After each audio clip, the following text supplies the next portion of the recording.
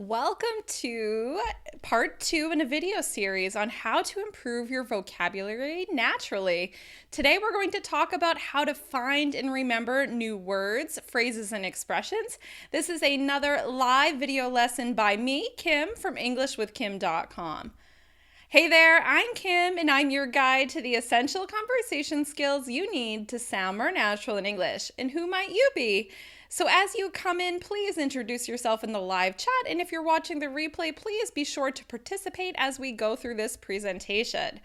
So hello everybody, welcome back to the English with Kim YouTube channel. I am so excited to be joining you guys again for a live video lesson. As I mentioned, this is part 2 in a series on how to improve your vocabulary naturally and how to use more natural language.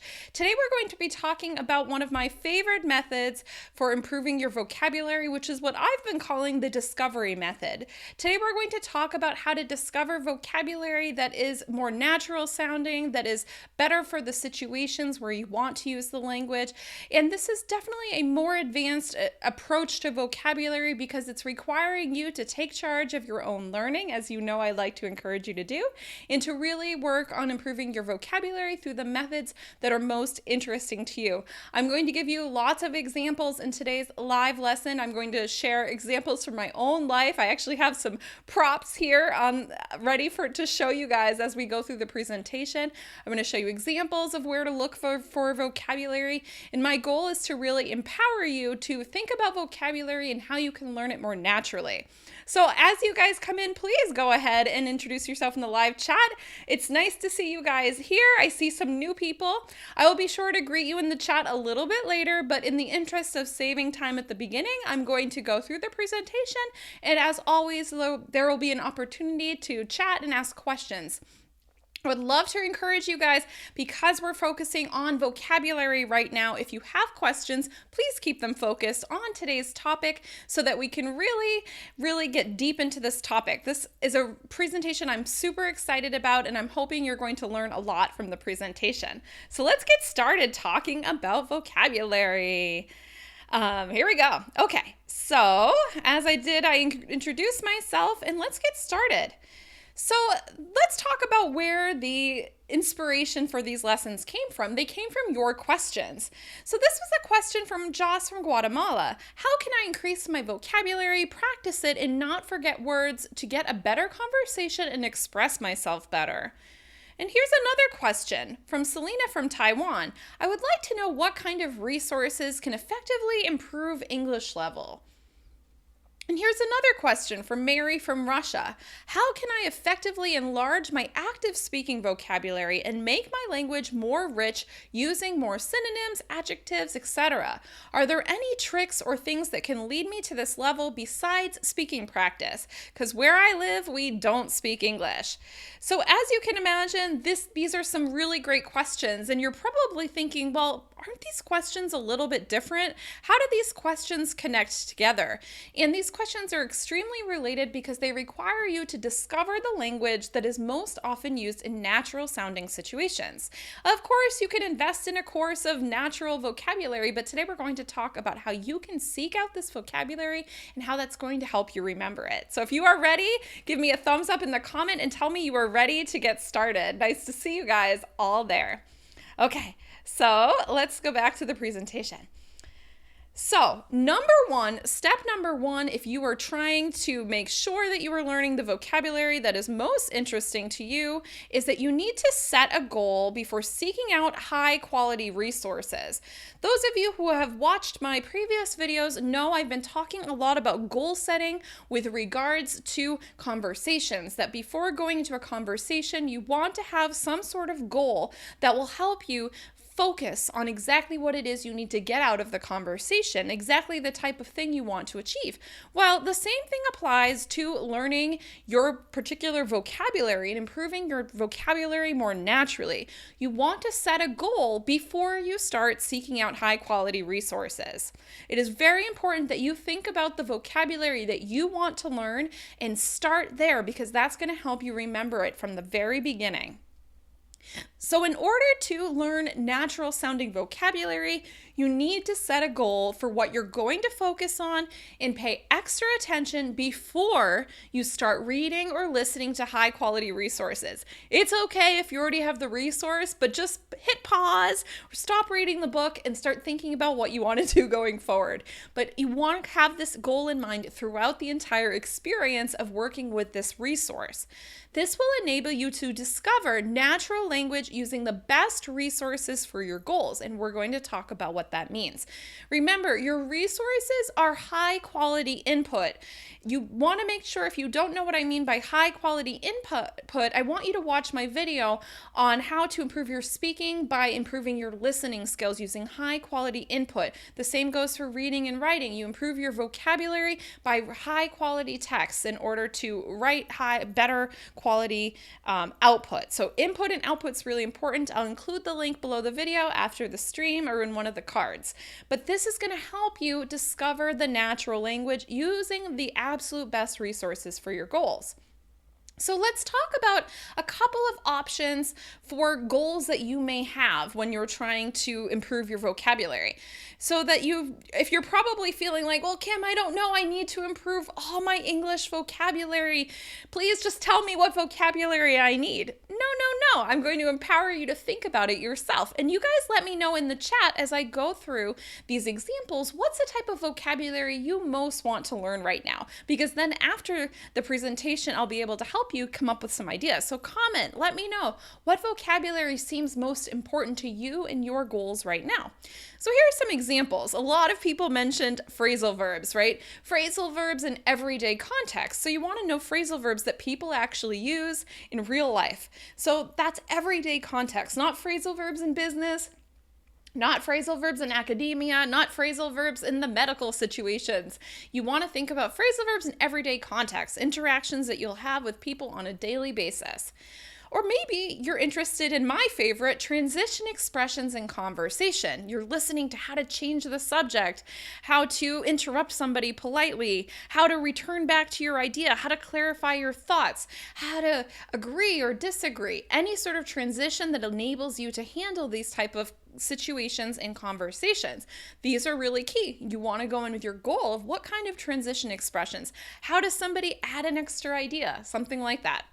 Maybe you're going to listen to something or even read something where you're looking for examples of active listening, how people really show their participation, right, in the conversation, how they respond to the other people. Maybe you're listening for filler words. Live videos like this are great when you can hear me thinking or using filler words while I'm trying to give myself a chance to come up with the next thing I'm going to say. Listen for fillers. Listen for thinking words, thinking phrases, thinking expressions. You can focus just on that and the entire thing that you're going to be using. Maybe you want to learn intensifiers. Intensifiers are adverbs that generally go with adjectives. In this case, you're going to learn words that go together because certain intensifiers are more common with certain types of adjectives. Maybe you're interested in collocations, idioms, expressions. Idioms for what? Idioms for business, collocations. Maybe you're just listening to how we use the word do or make, and you're listening for these in real conversations. And expressions are always my favorite, things that people actually say in order to achieve a certain conversational goal, or the way that, listening for expressions that are used in order to simplify or refer to a certain idea, like, the pot calls the kettle black or something like that. Listen for those particular colloquial expressions. And it's nice to see all of you guys. Keep giving me your suggestions about what you need to know about vocabulary. Okay, another example of things you might focus on for your goals is language for negotiating, maybe language for avoiding conflict. A lot of people who watch my channel are professionals and they need professional language. So you might be listening for this type of language in your resources. Maybe you need vocabulary on marketing or personal growth. These are two topics I like to learn about myself. So you want that particular vocabulary, you're going to need to go into your listening situation or your reading situation with these goals in mind. So you guys let me know in the chat, has this sparked anything that you really want to learn? Is there anything I haven't mentioned that you really want to learn? And of course, if you're watching the replay, please comment and let me know if there are goals that you have when you are trying to learn vocabulary. The more specific you can get, the better. And thank you guys for saying hello. I see all of you, and I will be sure to check in with you very shortly. It's so nice. We have such an international group watching right now. It's a good time of day. Okay. All right, so now that we've identified our goal for improving our vocabulary, now you need to choose resources that are more likely to contain your target language. And in this case, with target language, I mean the particular goal, the type of vocabulary, expressions, collocations, verb uses, whatever it is, you're going to choose resources that are more likely to contain your target language. Now, I completely understand this can be the challenging part because it requires you to really think critically about the language that you're looking for. So like I said, context is key. It is super essential. To discover the language you want to learn, you need to look for it in the appropriate context. This is the reason so many language learners above the intermediate level get stopped, because when you're learning at the intermediate level, you've got textbooks, you've got people gathering vocabulary for you. Once you're advanced or fluent or nearly fluent, you have to find the vocabulary yourself. I know you guys are smart and you are looking for it already. I'm just going to give you some guidance to make it more effective. So like I say, traditionally, people look for business English courses because the vocabulary is already identified. It's organized for you. And you can use business English language in other situations outside of professional workplaces. A lot of times I talk about professional language and academic language because it's basically the same thing. But it's so much easier. You just get a course on business English, am I right? Because it's already there. But I want to empower you. You can discover vocabulary on your own. You do not need to find it in a specific location. There's lots of locations. Internet, you can find information everywhere. So like I'm saying, text is key. Remember, you want to choose high quality input. So here are some examples: books, articles, blog posts, podcasts, videos, movies, conversations with native speakers, and of course, courses. They're not a bad thing, they're just another option. When you're deciding on your resource, pay attention to the type of language you feel like it'll expose you to or give you.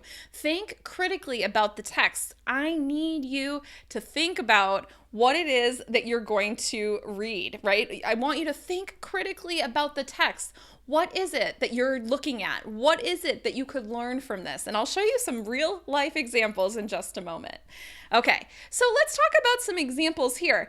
Okay, so when you're choosing resources that can help you with your vocabulary, you want to focus on book genres and styles of writing that are most interesting to you, right? So these are things that you're going to think about when you're trying to choose the resources that are going to help you improve your vocabulary. So I'm going to give you some real life examples that I have with me right now. Okay. So those of you that are Spanish speakers are going to love this. So as many of you know, I speak Spanish fluently and I've studied Spanish, and I'm going to talk a little more about resources in just a moment at the end, where I'll talk about some resources to help you improve your English, but I'm going to give you real life examples. So this is a book. Those of you that are Spanish speakers may recognize this book. And this is a book that was given to me by one of my students from Chile. And he actually bought this. It's the Spanish edition because you can get it in English as well. He bought this in the United States. And so anyway, it's a book, Paula. And so this book, he gave this to me as a gift because he knew I read in Spanish. And so he gave it to me as a gift. Now I read this book, and you know, I have a high level vocabulary in Spanish, but that doesn't mean that my Spanish is completely perfect or completely fluent. So I really want to show you a real life example. So this book is a memoir. A memoir is a genre where the person writes about the life story. And anyone who knows anything about Isabel Allende is that, yeah, exactly. I might re-record the video again later, but the live videos are so fun. So Isabel Allende is famous for writing about her family because she has a famous family, etc. So this is a memoir. So if you're reading a memoir, you're going to learn about the person's family. So it's a great way to learn some vocabulary that is, related to something people might say in a normal situation. So, for example, like, and it's funny because I look at this now and I actually know what some of the words were, but when I read this book, I was living in Peru and they use different vocabulary in Chile, and now I've lived in Peru. But you notice when I read the book, I make sure to underline the words that I don't know. And a lot of times I just underline it. I've never actually looked up any of these vocabulary words. Now some of these words I actually know what they mean. And so it's kind of funny. And you can see that there's all kinds of vocabulary words that I didn't know. But I don't let not knowing stop me from reading the book. I just keep going and see if I can understand the different words. So this is obviously in some of these vocabulary words are bad. And then sometimes, and I'm actually breaking my rules, sometimes I take notes on the side by understanding the word from context. So I'm choosing this particular type of word in order to be able to understand this type of book, in order to be able to understand this type of vocabulary, language that people would use when telling stories about themselves. Now here's another example. Anyone who speaks Spanish might recognize Mafalda. So this is a book. I have quite a few books of Mafalda. Now, this is a comic book, right? So those of you that might recognize, these are comics. Now, comics, this is an Argentine comic. So the language here is going to be more casual. It's going to be Argentine comics and Argentine language, Argentine style, because it's this particular, so they have, instead of, they use different Argentine style of Spanish. Why would you want to choose a comic book or something related to comics, maybe a graphic novel? You're going to learn more casual language. Something that would be, I have my examples in Spanish because I'm showing you my experience. But if I were learning English, I could read comic books about anything, graphic novels. I could look for these on the internet. You can find lots of comics for free on the internet, ones that are famous and ones that are being done by artists right now. And what's great about this, you see these situations with these kids, and this is natural language. You're going to learn language in a context that's kind of funny, excuse me. Like you could learn phrasal verbs. You can learn expressions or how people interact in a more casual setting. So let me know if this is helpful for you guys, if you can understand how to use comic books in order to improve the way that you speak a language, right? So these are just examples of book genres. This is an example. This is a book I bought when I was traveling in Peru. I went to the bookstore and I actually asked the salesperson at the bookstore, can you recommend a book that's written by a Peruvian author that is somewhat conversational, not super intellectual? Because sometimes when you try to read the more literature books, it's hard to follow the language. And you can notice if you look at the book, even just looking at this particular book, not understanding Spanish, you don't have to understand Spanish in order to get that, you notice the language is pretty short, right? It's all short sentences. You can see the text is bigger than the other examples. And that's going to enable you, and I didn't even underline here, I just read this, and actually it was a fairly easy read for me. Remember, I was already fluent in Spanish, but you can choose text. This is written in the first person, short paragraphs, and so you can look at it bit by bit. So a similar example I would encourage you guys in order to learn English is to think about young adult novels like the Twilight series, or think about Harry Potter. You can find series that are a little bit easier to read than, traditional bestsellers on the New York Times bestseller list or something like that. Think about how you can find novels that are more conversational. That book is particularly relational, and that's going to help you find the vocabulary that you want to learn. And I'll answer your questions later, guys. I just want to get through the presentation, especially with the weird delay.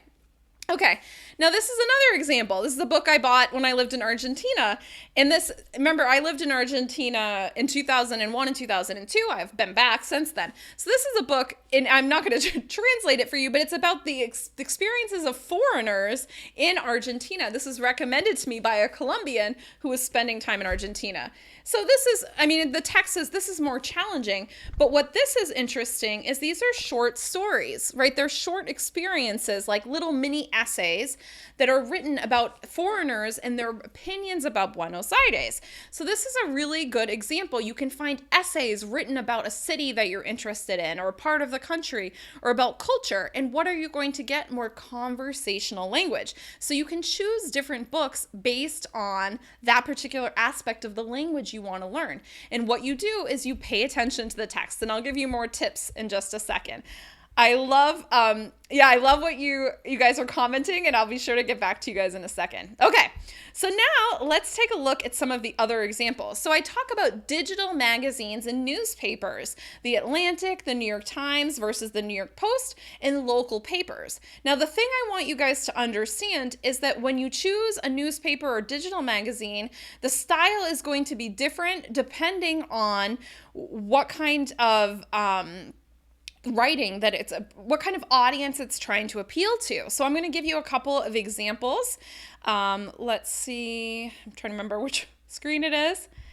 Okay, here we go. Okay, so let's look at a couple of examples of different types of articles that you can use in order to improve your vocabulary, to discover the sources of vocabulary for you. In this case, I'm looking at the fashion and style pages and culture pages for all of these newspapers because there's a lot of politics involved right now, and I just really don't want to get into politics. So I went to the culture page. So The Atlantic is a digital magazine, which I like because the language is about culture. It's very cultural language, right? You know, what's your favorite line? My quip quoting. It's flagrantly silly, glam rock Shakespeare. You can see it's a little more casual language, but all of the texts are more intellectual. So if you're starting to learn different things that will help you improve your vocabulary, let's say, let's find an example.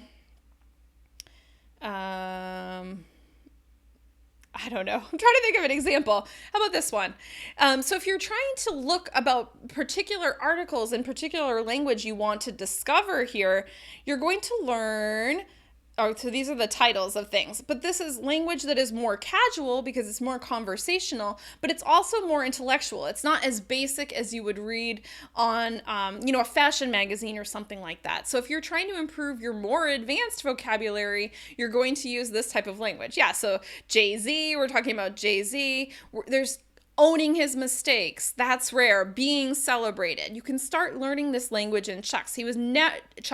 He's never afforded the mistakes, the accolades that come with surviving them. You're going to start noticing language that go together. So I like using this type of article. You can use any digital magazine, but this is a good one because it's intellectual, it's smart language, but it's also cultural. It's language that people would use when speaking. Blog posts are great for this as well. Now, let's take a look at the difference between a newspaper like the New York Times, which takes a moment to load. The New York Times, I have the fashion and style page here. So this is, just an example of the New York Times. But even look at this headline, Hopeful Upstarts Kick Off Men's Fashion Week in New York. If you're looking for phrasal verbs, you have kick off. You have hopeful upstarts, two words that go together frequently. Troubled, socio-political mood, lightened mood. You already have language. You haven't even read the article yet, but you already have language that you can learn from. And you can tell just by reading these headlines from the New York Times that this language is a little more challenging than you might get in a different type of newspaper. The New York Times is a slightly more intellectual newspaper. You don't have to read a New York Times. You can read something like the New York Post, which is more sensational. Let's take a look at this one. Let me know if this is making sense to you guys. Okay, so for example, this is the New York Post, which is considered a more everyday person sort of newspaper, right? So you can see even the title, The Cult of Fitness, words and chunks, gone too far. The morning fixes that can do whatever, can revolutionize your health. Dive into America's best cities. Oh, Experts say these superfoods are overhyped, Tourists aren't visiting these world wonders anymore, for example. And this is also more conversational language. Actually, that looks like a good article to look at. Tourists aren't visiting these world wonders anymore. I'm already sweating buckets. You already have this casual language that can help you learn language that people are actually using, all using these resources. So you guys let me know if this is helpful for you in terms of thinking about different sources of vocabulary. Let me know in the chat. Okay. Now, I also have mentioned using short versus long podcasts and videos. As you guys know, these longer videos, especially now that live video is so popular, long video tends to be more conversational because you're rephrasing your thoughts. So if you want to understand how people think out loud, you might listen to a longer video, live video like this one. Or podcasts. A lot of longer podcasts are interviews between two people, so you can listen to how the conversation evolves. Shorter podcasts tend to be, between 5 and 15 minutes, and they tend to be more focused. It's like a lesson you would get in a course. So you can do the same thing with short videos. A lot of comedy videos are very short, so you can learn comedic language just by watching them. What about movies? If we talk about movies, you can talk about choosing an accent. I recently was talking about the Boston accent, how you can watch Good Will Hunting to get the Boston accent. So you can focus your attention on the accent, the language that people use in that region. The southern United States, the American South, is different than New England or than California. So you can choose a particular accent that you want to focus on and the language they'll use.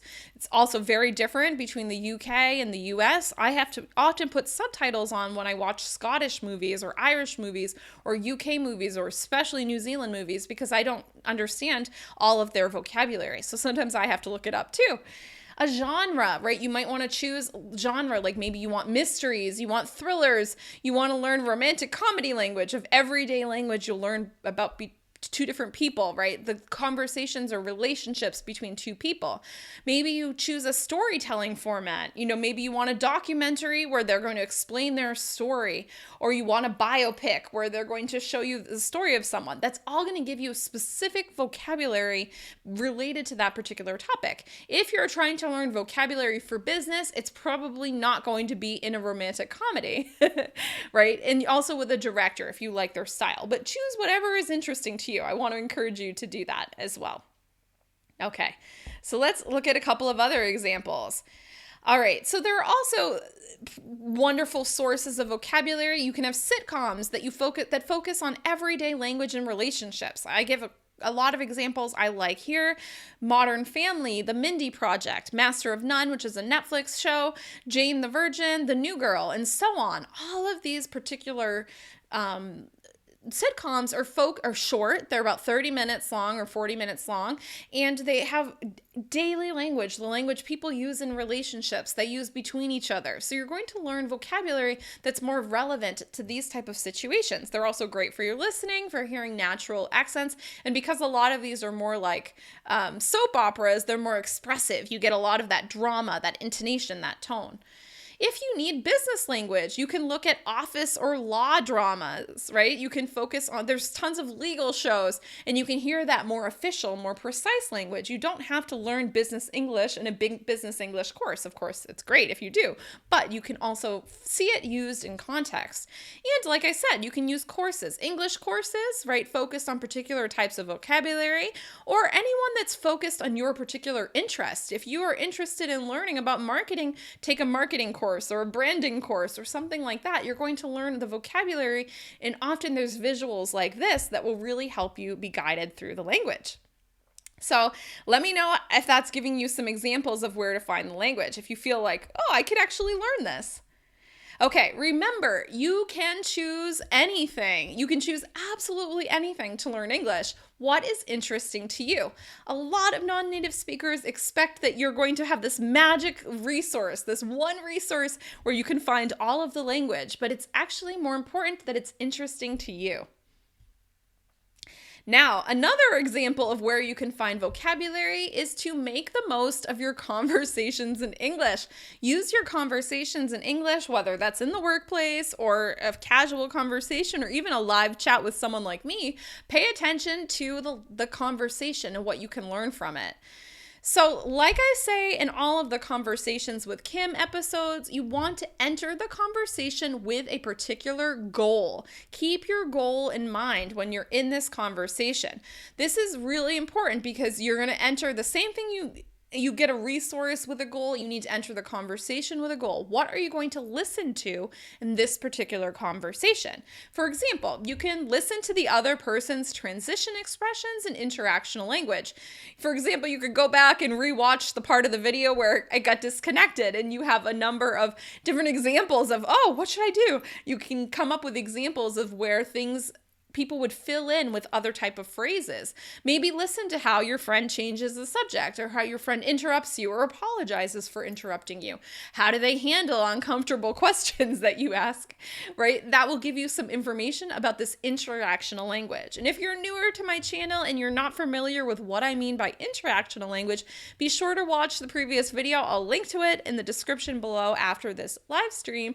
And you can also find it on my channel because that will help you understand the language that's going to take your ability in English to the next level. Or if you're in conversation, you can observe how the person you're talking to achieves a particular conversational goal. For example, pay attention to how they agree and disagree with you, right? How are they making the conversation work? You can also get other people to supply or provide you with the vocabulary that you're missing. This is what I call the use your words technique, and there's a short 3 or 4 minute video on the use your words technique. But basically, the goal is if you don't have the words, try to use words that you do have, and the person that you're talking to is going to give you that vocabulary. And when they give you that vocabulary, you want to make sure you write it down so you don't forget. This is what I do with my one-to-one clients, is a lot of times I'm giving them the language that they're not using in order to help them say it the way that they actually want to say it, the more natural way. This is what I call the use your words technique. And you can do this with anybody you're speaking with. Try to get them to give you the word because you don't have it, so have them come up with it for you by you giving as much information as possible so that they know what you're trying to say, and then they will supply you with the vocabulary word. Another great way to learn vocabulary in a conversation is you can try to explain a routine that you do every day to find out the vocabulary that you need. So you can walk through a process step by step, like when you practice for a job interview or a performance. You can actually talk through a situation with a friend of yours and kind of, it can be fun for them, where you go through the process of making tea, or when you cook together and you talk about the process of cooking. You're going to discover vocabulary that you didn't know you were missing just by walking through this process verbally. Okay, so let's see how things are going. I'm going to come back before I go on to this. Let me know how things are going. It's nice to see all of you guys.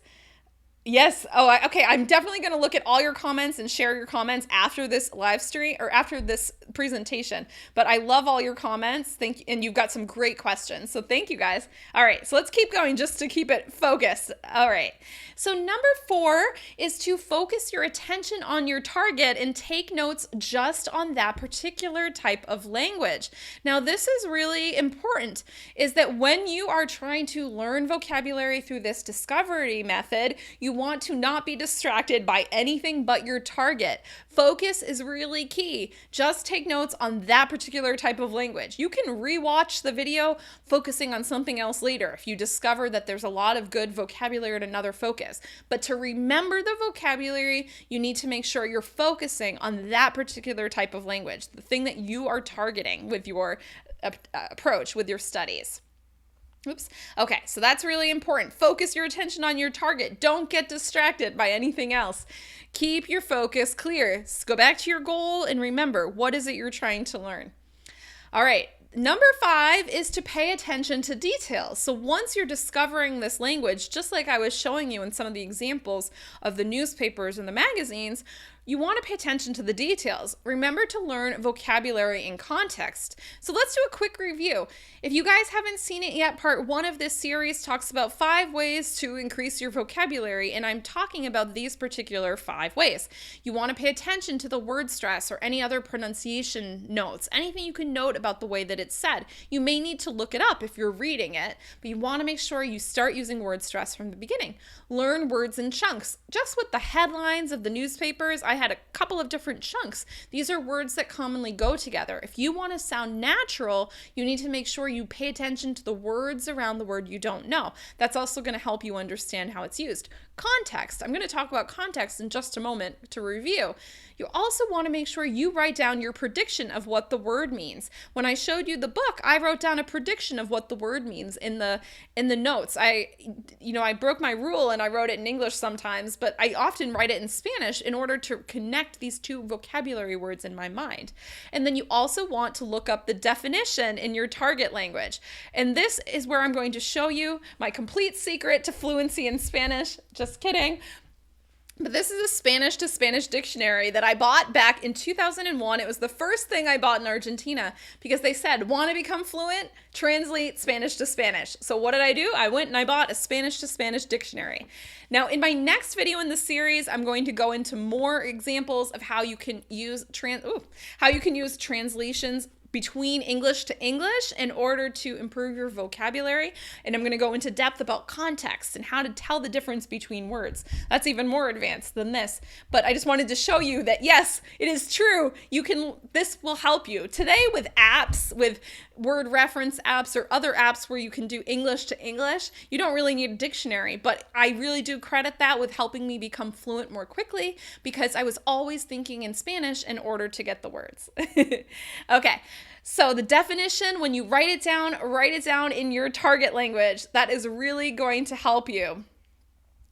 That is absolutely going to help you. Okay, so let's remember the context. What do I mean by context? These are things you should write down in order to remember the word and what exactly it is it means. So remember, formal or informal. What was the situation that was happening? Is it a professional or personal situation? Was the person emotional or relaxed? Was this word that you found specific to a field of study, work, or a hobby? What were you talking about, or what were they talking about in the video or the podcast? Who were the people interacting? What were their ages, their social class, the interpersonal dynamics? All of this is going to influence whether the language is going to sound natural. Two teenagers versus two elderly people are going to have very different language that they use, and we'll talk more about the nuances of language in the third video in this series.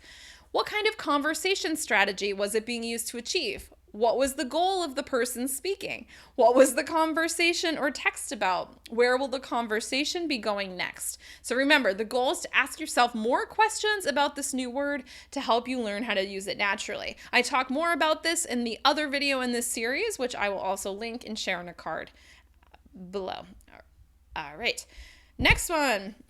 So now that you've learned this new vocabulary word, you need to connect the vocabulary to something you already know. This is super important. This is why I say write down the definition in English with words that you already know in English, because this will help remind you what the word means. You need to connect it to what you know. And this is why a lot of times when you learn a new word, you say, oh, this means X, right? Or this, oh, you mean this. This is the word I learned. Sometimes the word you learned was British or it was appropriate for a personal situation, but not a professional situation. But by connecting it to what you already know, this is going to help you remember it. And this is super key to the question at the beginning, which is how do I remember and use this vocabulary?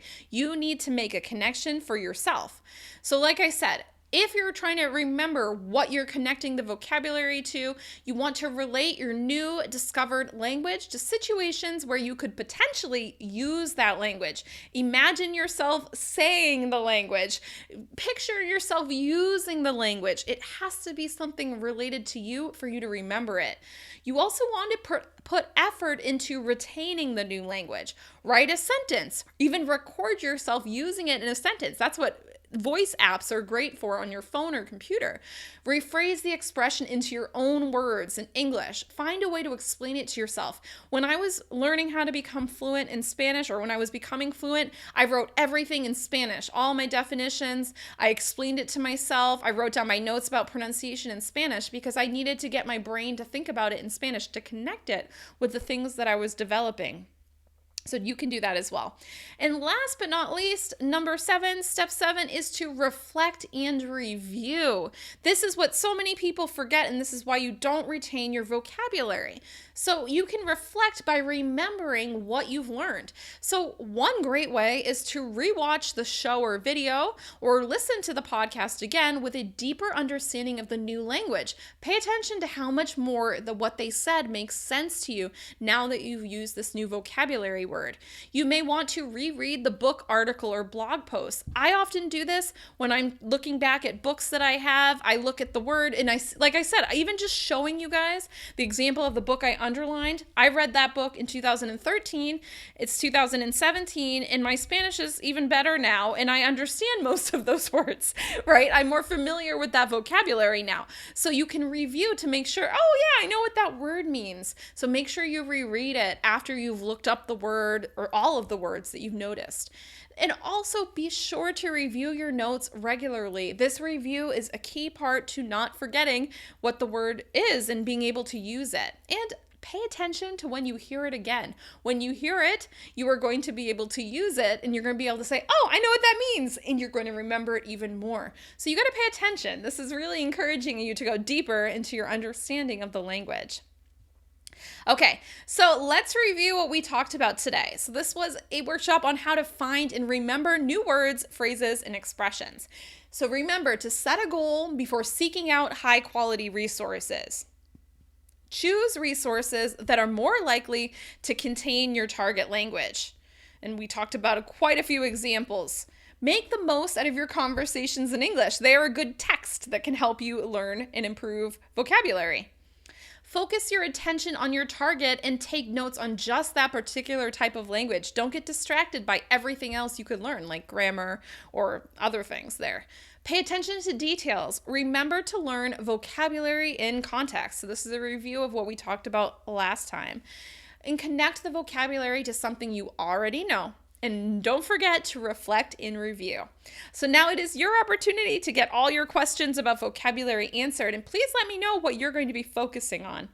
As a reminder to you guys, this is part 2 of a 3-video series on learning vocabulary more naturally, improving your vocabulary naturally, learning natural sounding language. You guys know my focus is on really sounding more natural, which means using the language people actually use.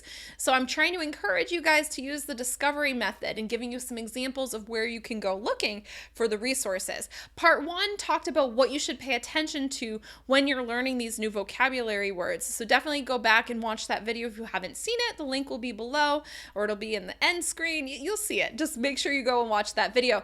And part 3 is going to be talking about how to learn vocabulary in context, how to learn the nuances, how to understand the difference between synonyms, and kind of ways that you can decipher this using the resources available to you on the internet. There's some really cool resources to help you understand vocabulary in context, so I'll be talking about that in the 3rd video, which will be very soon. So thank you guys so much for your attention, and I don't see any comments, so we'll wrap up here. Once again, if you have questions, you can submit them to englishwithkim.com/ask, and hopefully I'll get to it in a future video. There's a lot of questions I'm answering, and that'll be great to see you guys there. If you haven't already, don't forget to sign up for my free email course, Sound More Natural in just 5 days, at soundmorenatural.com. There's also lots of other resources on my website, which I'll be sharing with you guys again soon. And yeah, I think that's it for today. Thank you guys so much for your participation, getting through the technology problems, and I hope you found this helpful. If you haven't commented during the live stream, or if you start thinking about this afterwards, I would love to hear your comments about what vocabulary you're learning, where you're going to look for it, and anything that this might have sparked for you. I'd love to hear your feedback, because if I know what you're interested in learning, I can help guide you towards it. Once again, I am Kim from EnglishWithKim.com. I am your guide to the essential conversation skills you need to sound more natural in English. Thank you so much, and if you like this video, give it a thumbs up and share it with a friend. Hope you found it helpful. Talk to you again soon. Goodbye!